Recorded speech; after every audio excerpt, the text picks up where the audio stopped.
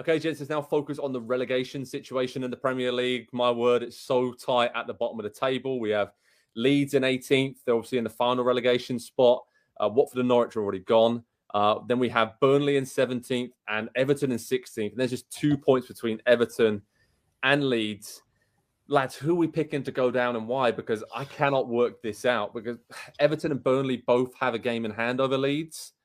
But you'd say that Leeds, they could win their final 2 games easily on paper there, the teams they're playing, but they are in a bad situation right now. So, Nick, do you want to kick us off on this? Because Jesse Marsch, Leeds United, he seems a bit down in the dumps, especially after that big defeat at home against Chelsea.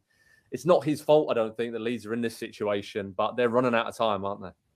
Yeah, I have a really, really, really hard time predicting this because I have an emotional pull on my heartstrings. I am bought into the idea of Jesse Marsch being good. I am bought into the idea, and I think he is good no matter what, but I'm bought into the idea of him helping to switch a tired narrative.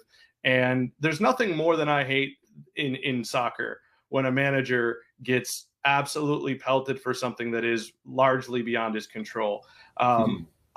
I still think Everton has the best group of talent in this. I think Burnley, I just went through this a minute ago. I can't predict against them. There's a big part of me that thinks they're in an awful lot of trouble, but we've seen them escape it so many times. And I do think Leeds is the swing factor. If Leeds play at their best, even with 2 beatable but decent opponents, they should be able to get out of it. But I'm thinking to myself a little bit how I look at when there are 4 teams in the when I look at Leeds, I'm looking at the way there are when there are 4 teams in the championship playoffs and they're all about even. And you're like, can I really predict that one is going to get the job done under all that pressure? And I do feel like the variables go against Leeds. Andy, you agree with that? Yeah, sadly I do. Obviously, the games in hand could be massive. We could be talking about 4-point gap for Everton. We could be talking about a 3-point gap for Burnley by the time they get level on games played. I think that would obviously be difficult to overturn in just 2 games. And I look at, you say that Leeds could win their last 2 games. Brighton is a tough prospect because of the way that they play, the possession that they have, the chances they're able to create. And they're a team that if they can just put something away, they're a very, very difficult team to beat, and they would have a lot more points this season than they do. And so it's very, very thin margins when you play against a team like that. And Brentford have really had a renaissance the last couple of months as well, now that they've gotten healthy and they've gotten everybody back. I think there's a lot of players playing for their spot in that squad for next season as well, and I think trying to push and see how high that they can go. So it really does feel like everything over the last couple of weeks, and it kind of seemed like it happened while nobody was paying attention almost to Leeds, because so much attention was on Everton, because a club of Everton size cannot go down. They pick up a couple of wins and suddenly they're looking like they're in a really good spot. And the same with Burnley over the course of, I guess, about 4 or 5 weeks since Sean Dyche went.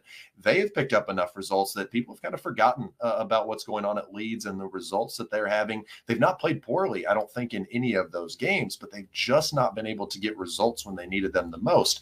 And that's a little bit, I guess, of a critique of Jesse Marsch. Is, you come into the situation, you know what it is, but at the same time, he's going to end up managing the final 12 games of the season. That means there were 26 games that he was not in charge of that put them into the situation that meant he was able to get that job. And in those 12, or in the 10 that they've played so far under him, they've got 3 wins. They had 5 under Marcelo Bielsa in 26 games. He's picked up 60% of the wins that Bielsa did this season in well under half the games that Bielsa had. So like it will not be Jesse Marsch's fault, but I do feel like Jesse Marsch will get the brunt of the blame because, one, he's the man who's in charge right now, and fair, that's the job. You went into the situation knowing what it was. You take that risk of the responsibility there. But also, I do think that there is a tinge of, well, it's the American manager coming to the Premier League again and failing once again. And I hate that, because I do think Jesse Marsch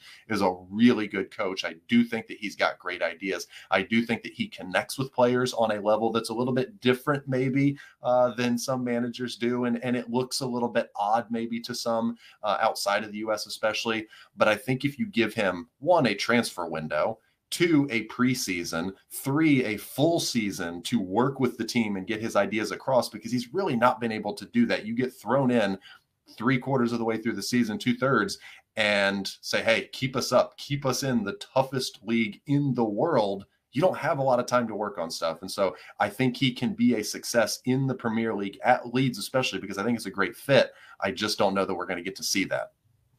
Yeah, it's really harsh. It's really harsh because the injuries, the last 2 games against Arsenal and Chelsea, having red cards in the first half from Luke Ayling and Dan James, just silly individual, just losing the plot moments from those players, just horrendous tackles. And what can you do as a coach in that situation? You've been trying to talk all week about being calm and dealing with the pressure in the right way.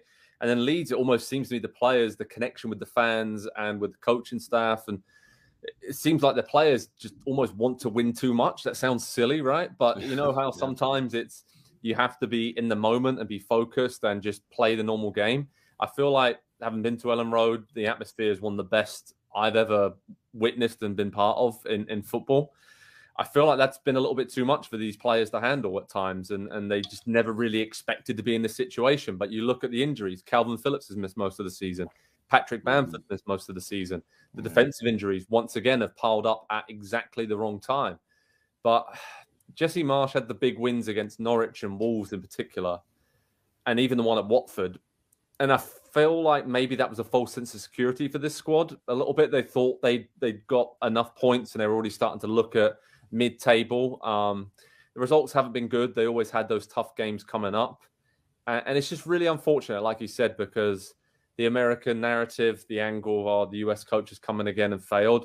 It doesn't really matter in this situation because it's not about Jesse. Jesse Marsch isn't the reason that Leeds will get relegated. It's the fact that those injuries, those silly mistakes, the fact that they didn't pick up enough points through 2/3 of the season. That's what is going to cost Leeds United, because their form since he's come in and the points they picked up, if they'd have done that consistently over a 38-game season, they'd be well clear of relegation trouble. But Nick, you want to jump in on this as well, right, on Leeds United? No, I mean, of course, I should have trusted you'd make the exact points. I look at the wins he got. Decisive win at Watford. A good draw at the time, although they've slipped off, against Southampton. The win against Wolves away. And the one against Norwich, again, look, I know it's Norwich, but that's a pressure-packed game for them. And the other draw is Crystal Palace away, who I think is one of the sneaky teams to have to beat, especially at Selhurst Park this year. So to get a point there is respectful. And, we said this, if I wish I could rewind our mindset, because I can't get away from the same thoughts you're having, but I wish I could rewind our mindsets to a couple of weeks ago, before they had to go play Man City, Arsenal, and Chelsea. We would not have expected them to win. But because of the focus and the surge of emotion that comes around relegation in this part of the season, we're now looking down in the dumps. And maybe it's just as simple as saying it was always going to come down to these 2 games. And we were maybe a little bit too rose-colored glasses on thinking, well, what if they get something off Arsenal? Which, by the way, they nearly did. Yeah, even with 10 men, for sure. Yeah. Obviously they have Brighton at home this weekend. It'd be an incredible atmosphere, Ellen Road, trying to push their team over the line. They finish up away at Brentford on the final day. So it's a tall order for Leeds, but let's see if they can do it. I feel like there's still a few more twists and turns in this relegation battle to come, lads. As for Everton, they're at home against Brentford this weekend. I think if they win that, they're basically there. And then they have Palace and Arsenal in their final 2 games. They obviously have a game in hand over Leeds United. Andy, what do you think about Everton? Because Lampard, he's just got over the line, right, with this back 5, the very defensive style of play, the counter-attack. They seem to have found a way to just get the right players on the pitch. It's not pretty. It's very ugly. Jordan Pickford's playing well and really saving them in games, but they feel like they found the right combination of just scrappers at the right time of the season. Guys like Coleman, Fabian Delph coming in. Yeah. Again, it's not pretty, but they're getting the job done. I think they've got enough experience now just to get over the line.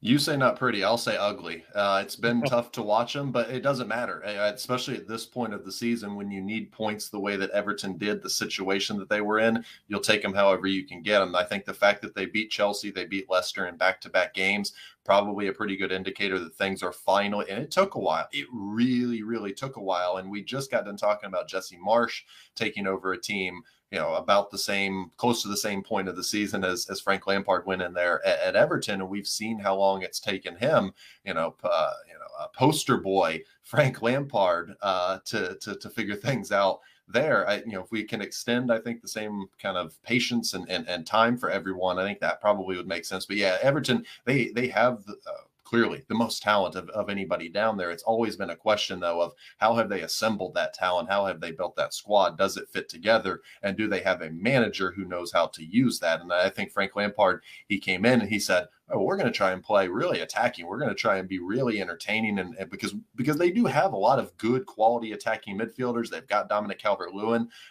sometimes. And I think he thought, oh, we'll go in and it'll be entertaining. It'll be really pretty. And this will be not easy, but the talent should get us over the line. And it just wasn't the case. And I think once the reality of being in a genuine relegation battle, finding themselves in the bottom three with, what was it, 7 games to go in the season. I think once that set in for maybe Frank and certainly for the players, that things started to change just a little bit. And I think the focus was there in a way that it hadn't been. And so I think Everton get over the line. And as we're just talking through all of this, I think so, probably so do Burnley. Yeah, I was about to say Burnley, we were talking about them a lot a few weeks ago when they picked up those huge wins, and then they kind of just got into the background again as we've been focusing on Leeds and Everton and their wins and their struggles.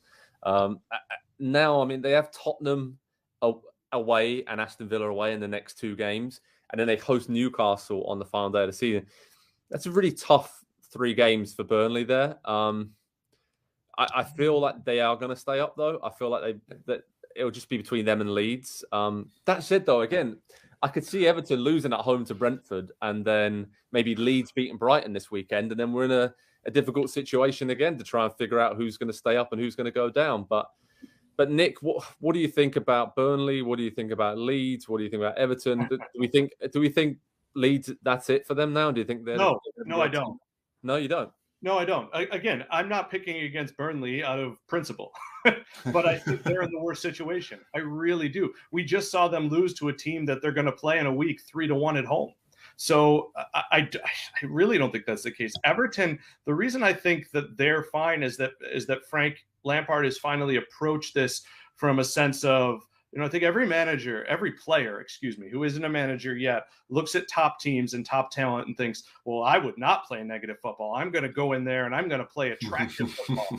And he has learned that you can't always do that because, listen, I'll be honest with you, that's what Rafa would have done if he stayed. And I know Everton fans, because of the Liverpool connection, don't want to hear this, but they'd be fine if he was still there. He has just adapted to the situation, and I think he's done a decent job now. I think Leeds has hope in Everton maybe getting ahead of themselves, but I think Leeds has hope mostly in what Burnley has to do. There is a lot of things. Burnley's bought into the system, but there are a lot of things about this team that should scare you. James Tarkowski going out for a bit now apparently will be fine, but with Ben Mee also out, they don't have pieces they can miss. And so as much as I love some of their attacking pieces, and the Chris Wood for Wout Weghorst trade was brilliant trade, like in American sports, I know, but that was something that benefited them, is Newcastle using their money for that. But I do think Burnley's in a good deal of danger. Yeah, because I could easily see them only picking up 1 point from their final 3 games, and then if Leeds, get a win or get 4 points, say, against Brighton and Brentford in their final 2, which isn't out of the realms of possibility, then they could save themselves. But there's no doubt about it. Leeds are under pressure now, and but there is going to be a lot of twists and turns, right, Andy, in this relegation scrap, because I feel like we've gone around in circles here talking about these 3 teams, and we're still probably no closer to figuring out exactly what's going to happen and how this is going to play out. And I want to give a special mention to the fan bases of these 3 teams as well, because at different points of the season, especially in recent weeks, Everton, Leeds earlier, and then Burnley as well. Their fans have created great atmospheres at home and away, and that makes a huge difference at this point of the season. I think you can make fun of it, but those intangibles and that support and the atmosphere, that makes a huge difference in these relegation battles, especially when you're coming up against teams who are already on the beach, got the flip-flops out, they've got the pina coladas in one hand, and they're ready to go on their holidays. So it's going to be some of those situations and some crazy results, I think, in the final weeks of the season. Andy, anything else to add on the relegation scrap? No, I'll give an actual prediction. I think it'll be Leeds. I think they'll go, but I think they'll be back immediately. I think they'll be back after another season in the championship. It's what we've seen. It's what teams are doing. Watford doing it a ton, Fulham doing it a ton, Norwich City doing it a ton. I think if they're able to keep any of that squad together, I think they'll bounce back very quickly. What would Jesse Marsh as the manager? I hope. It wouldn't be the worst thing for him to. I think for England, and Joe, you could speak to this better than me, but for England to get familiar with Jesse Marsh, to see Jesse Marsh have success even in a second division, and maybe just kind of change the perception or the idea of who he is. Yeah, I think he's well liked by the Leeds fans. I don't think any of them are really blaming him for this situation they find themselves in. So I could totally see him staying on. And, let's not forget, he was coaching in the Champions League the last few seasons, and it's one of the best teams in Germany as well. So I think Leeds realised they have a very, very good manager, and given time, he could build a team that could get back into the Premier League if they were to go down and sustain them in that division. Nick, you're going with Burnley to go down, right? That was your prediction? Even though you shouldn't. No, look, I will say that they go down. That said, put a giant asterisk on this next Everton game, because if they don't win it, that's an awfully tough pair of games at the end of the season. It is. I'm going to go with Leeds as well, though, guys. I just think the injuries defensively, bit all over the place. I can't really see them getting more than one win from those final two games, and I think they will need to win out to give themselves hope, at least, of staying in the Premier League. Hi there, I'm Rebecca Lowe, studio host for NBC's coverage of the Premier League. Don't forget to hit subscribe to watch highlights all season long, and be sure to tune in for Premier League mornings every weekend at 7 a.m. Eastern. And for even more content, head over to Peacock, where we've got live games, original series, and a dedicated round-the-clock Premier League channel featuring studio shows, classic matches, and much more.